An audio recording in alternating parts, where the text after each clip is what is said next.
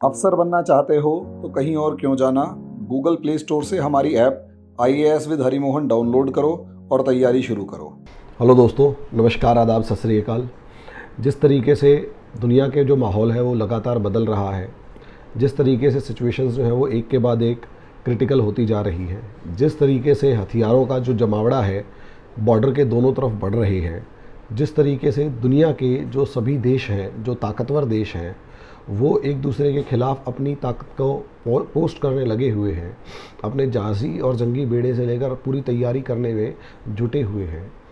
इस तरीके से जो सिचुएशंस जा रही हैं उसके अंदर एक इम्पॉर्टेंट कंट्री फ्रांस, इसको हम कंसिडर किए बगैर नहीं रह सकते। परमानेंट 5 में से एक मेंबर है। दुनिया के सबसे बड़े हथियार जो वेपन एक्सपोर्ट्स हैं, आर्म्स एक्सपोर्टर है, उसमें से एक है।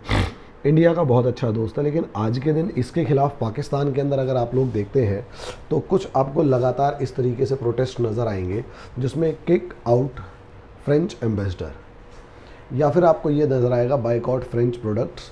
और ये जो हजूम है या जो रैला है ये पूरे पाकिस्तान में इस समय पर ज़बरदस्त लेवल पर उमड़ रहा है। तो सवाल यही है कि ऐसा क्या हुआ जिसके अंदर पाकिस्तान ने ये ऐसा कदम उठाया कि फ़्रांस के साथ वो रिश्ते अपने बिगाड़ते हुए देर नहीं लगा रहा, और सिचुएशन इस हद तक इसने बिगाड़ ली है कि कुछ कहने की हद नहीं। ऐसे में इस चीज़ का एनालिसिस करना ज़रूरी है कि पाकिस्तान जो है वो फ्रांस से इतना नाराज़ क्यों है, या प्रॉब्लम उसके लिए इतनी ज़्यादा क्यों क्रिएट हो रखी है। तो असलियत में अगर इन प्रोटेस्ट्स की कहानी देखो तो सबसे पहले जोग्राफिकल लोकेशन को समझो कि इंडिया, पाकिस्तान और फ्रांस की असलियत में लोकेशन क्या है। यहाँ ये कंट्री है पाकिस्तान, और इसके सुदूर बहुत वेस्ट में जाके एक कंट्री है फ्रांस। लेकिन हमें इस चीज़ को मानना पड़ेगा, या हम इस चीज़ को इग्नोर नहीं कर सकते कि यूरोपियन यूनियन के अंदर अगर इन 3 कंट्रीज़ को देखा जाए तो इन 3 कंट्रीज़ का डोमिनेंस पूरी दुनिया के ऊपर अभी भी है, पूरे यूरोप के ऊपर है, पूरी दुनिया के ऊपर है। ऐसे में पाकिस्तान जो है वो लगभग इन तीनों से बिगाड़े बैठा है, और फ्रांस के अंदर तो जो प्रोटेस्ट चल रहे हैं वो मैं आपको दिखा चुका हूँ। ऐसी सिचुएशन के अंदर मामला क्या है, या क्या रीज़न है कि पाकिस्तान से फ्रांस की नाराज़गी, या पाकिस्तान फ्रांस से नाराज़ हो रहा है।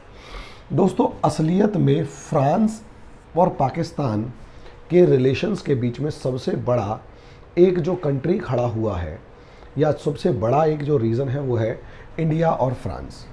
असलियत में फ्रांस की इंडिया से बहुत गहरी दोस्ती है, बहुत अच्छी, बहुत गहरी दोस्ती है फ्रांस की इंडिया से। आप इससे अंदाज़ा लगाइए कि फ्रांस जो है वो इंडिया की तब से मदद कर रहा है जब कोल्ड वॉर चल रहा था।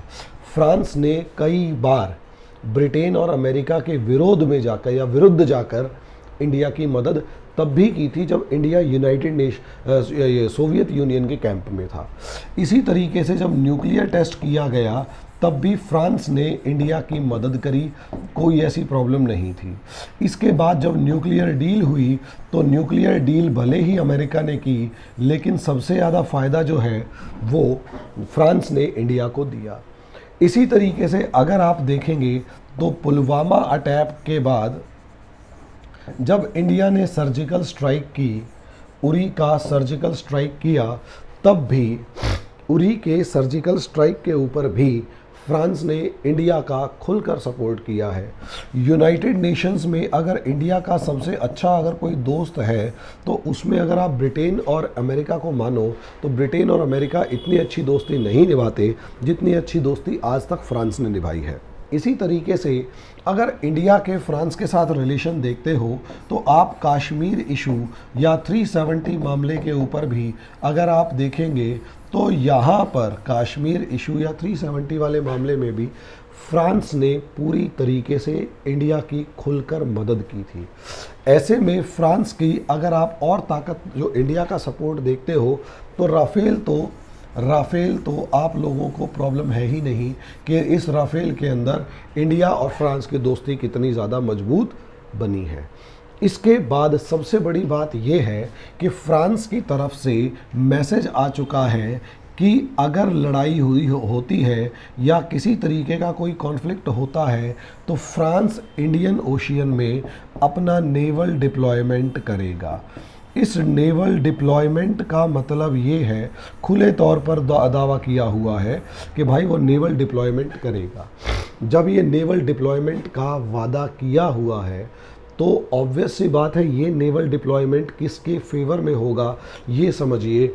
यहाँ फ्रांस की चाइना से बहुत ज़्यादा अच्छी रिलेशंस नहीं है जितने इंडिया से हैं, और फ्रांस ने खुल के कह दिया है कि इंडिया का पूरे तरीके से पूरी ताकत से सपोर्ट किया जाएगा।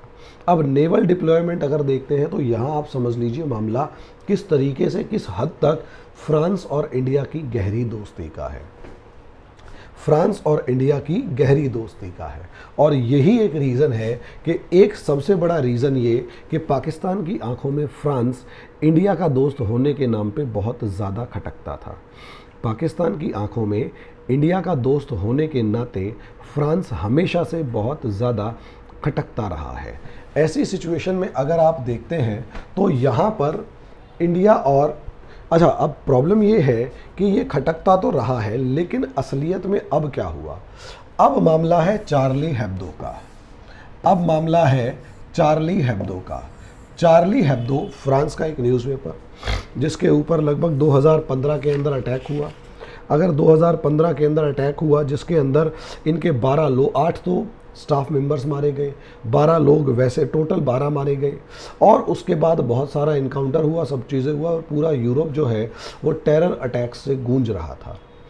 ऐसे में अब लगभग 5 साल बाद उन जो टेररिस्ट थे जिन्होंने अटैक किया, लगभग 12-14 बंदे जो पकड़े गए थे, उनके अगेंस्ट जो है वो अब आरोप तय हुए हैं। आरोप तय हुए तो चार्ली हेब्दो ने पूरे के पूरे तरीके से दोबारा से प्रॉफिट मोहम्मद की तस्वीर जो है वो छाप दी। अब जैसे ही प्रॉफिट मोहम्मद की तस्वीर छापी, पूरी दुनिया के अंदर रिएक्शन होना शुरू हुआ। पूरी दुनिया के अंदर रिएक्शन होना शुरू हुआ, पूरी दुनिया के अंदर प्रतिक्रिया आनी शुरू हो गई। और जैसे ही पूरी दुनिया में प्रतिक्रिया आनी शुरू हुई, उसमें सबसे पहले ऑर्गेनाइजेशन ऑफ इस्लामिक कंट्रीज़ या कॉपरेशन नाम का जो OIC है, इसने फ्रांस की इस मामले में कड़ी निंदा की। इसने हालांकि फ्रांस को ये भी कहा कि चार्ली हेब्दो ऐसा ना करे, लेकिन फ्रांस असलियत में यूरोपियन कंट्री है और वो freedom of speech and expression जो है उसके ऊपर कुछ ज़्यादा ध्यान देता है। स्पीच एंड एक्सप्रेशन इसके ऊपर बहुत ज़्यादा ध्यान देता है। ऐसी सिचुएशन में फ्रांस की गवर्नमेंट जो है वो किसी भी तरीके से चार्ली हेब्दो के ऊपर किसी भी तरीके का रिस्ट्रिक्शन लगाने के लिए रेडी नहीं है। OIC ने क्रिटिसाइज़ किया, लेकिन इसमें सबसे ज़्यादा उछलने वाले, सबसे ज़्यादा शोर मचाने वाला कंट्री पाकिस्तान है। उसके पीछे रीज़न समझिए क्या है। रीज़न असलियत में ये है, इंडिया फ्रांस का जो रिलेशन है वो तो देखा जाए, लेकिन असलियत में पाकिस्तान को ही सबसे ज़्यादा इस तरीके से क्यों उछल रहा है। असलियत में मज़े की बात ये है या ख़ास बात ये है कि पाकिस्तान की जो गवर्नमेंट है वो भी इन प्रोटेस्ट्स को सपोर्ट कर रही है, और वो अगर इन गवर्नमेंट के प्रोटेस्ट को सपोर्ट कर रही है तो उसके पीछे सबसे बड़ा रीज़न जो है पाकिस्तानी गवर्नमेंट के इसको सपोर्ट करने के पीछे सबसे बड़ा रीज़न एक जो है वो ये है, एक रीज़न जो सबसे बड़ा है पाकिस्तानी गवर्नमेंट के सपोर्ट करने का, वो ये है कि वो अपने आप को प्रोजेक्ट करना चाहती है सेवियर ऑफ इस्लाम के नाम पर। सेवियर ऑफ इस्लाम के नाम पर प्रोजेक्ट करना चाहती है। यानी पाकिस्तानी गवर्नमेंट जो इस समय पर काफ़ी ज़्यादा क्राइसिस से गुज़र रही है, प्रॉब्लम्स बहुत ज़्यादा हैं, वो सारी की सारी जो गवर्नमेंट है, वो इमरान खान की गवर्नमेंट है, उसको एक मौका मिल गया है ये प्रोजेक्ट करने का कि देखो दुनिया में जहाँ पर भी इस्लाम को ख़तरा होगा वहाँ हम सबसे पहले, सबसे आगे जाकर प्रोटेस्ट करेंगे। ऐसे में यहाँ पर ऑब्वियस सी बात है, ये प्रोटेस्ट्स जो हैं ये कहीं ना कहीं फ्रांस के ऊपर दबाव डाले या ना डाले, लेकिन पाकिस्तान के अंदर जो आधी हाफ माइंडेड टाइप की जो पॉपुलेशन है पाकिस्तान की, जो सब स्टैंडर्ड की एजुकेटेड और हाफ माइंडेड लेवल की जो पॉपुलेशन है, वो रिलीजन को इंटरनेशनल पॉलिटिक्स के चश्मे से रिलीजन और इंटरनेशनल पॉलिटिक्स जो है उसके मामले में कोई डिफरेंस नहीं समझती, और पूरी दुनिया में जहाँ भी अगर अपने आप को देखते हैं तो अपने आप को प्रोजेक्ट करते हैं कि वो दुनिया में इस्लाम के रक्षक हैं। उनको एक मौका मिल गया कि हम हर हालत में इस्लाम के लिए खड़े हैं या लड़ रहे हैं। इजी वे आउट गवर्नमेंट ढूंढ रही है। ये जो है ये अपनी पॉलिटिक्स को आगे बढ़ाने की कोशिश कर रहे हैं। बहुत सारे जवाब ये देने से बच रहे हैं इनकी सरकार, जो कि बहुत सारे मुद्दे हैं। हालात ख़राब हैं और ऐसे में कहीं ना कहीं फ्रांस के अगेंस्ट आवाज़ उठाकर चाइना का और टर्की का, खासकर चाइना जैसे देश का, टर्की जैसे देश का और मुस्लिम देशों का एक आवाज़ को मतलब ध्यान अट्रैक्ट करना कि भाई ये जो है ये इस्लाम के रक्षक है। यही इनके साथ सबसे बड़ी प्रॉब्लम है पाकिस्तान की बर्बादी का, कि दुनिया में जहाँ पर भी इस्लाम के ऊपर किसी भी तरीके की कोई भी डिस्कशन होती है, दुनिया का और कोई देश कूदे या ना कूदे, ये सबसे पहले कूद जाते हैं। नतीजा उसका ये होता है कि दुनिया में कहीं पर भी अटैक होंगे, टेररिस्ट अटैक होंगे, तो वो सबसे ज़्यादा आतंकवादी पाकिस्तान के मिलते हैं। सबसे ज़्यादा मेंटालिटी के ऊपर जो क्वेश्चन मार्क लगते हैं वो इनके लगते हैं। सबसे ज़्यादा जो उंगलियां उठती हैं वो इनके ऊपर उठती हैं। और पाकिस्तान इस चीज़ को एंजॉय करने की कोशिश करता है, क्योंकि वो असलियत में रिलीजन को इंटरनेशनल प्लेटफॉर्म्स पर बेचता है।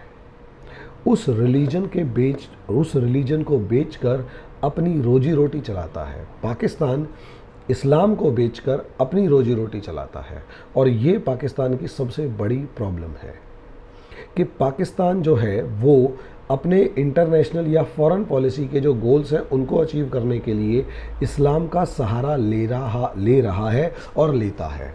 और ये किसी भी धर्म के लिए सबसे ज़्यादा बुरी सिचुएशन होती है। धर्म पर्सनल इशू है, लेकिन उसको राजनीति के तौर पर इस्तेमाल करना और उसको अपने इंटरेस्ट को फुलफ़िल करने के लिए इस्तेमाल करना डिसास्ट्रस होता है किसी भी सोसाइटी के लिए। पाकिस्तान यही कर रहा है, और यही रीज़न है दुनिया के अंदर सारे के सारे मुद्दों में पाकिस्तान टांग अड़ाए बगैर नहीं रहता।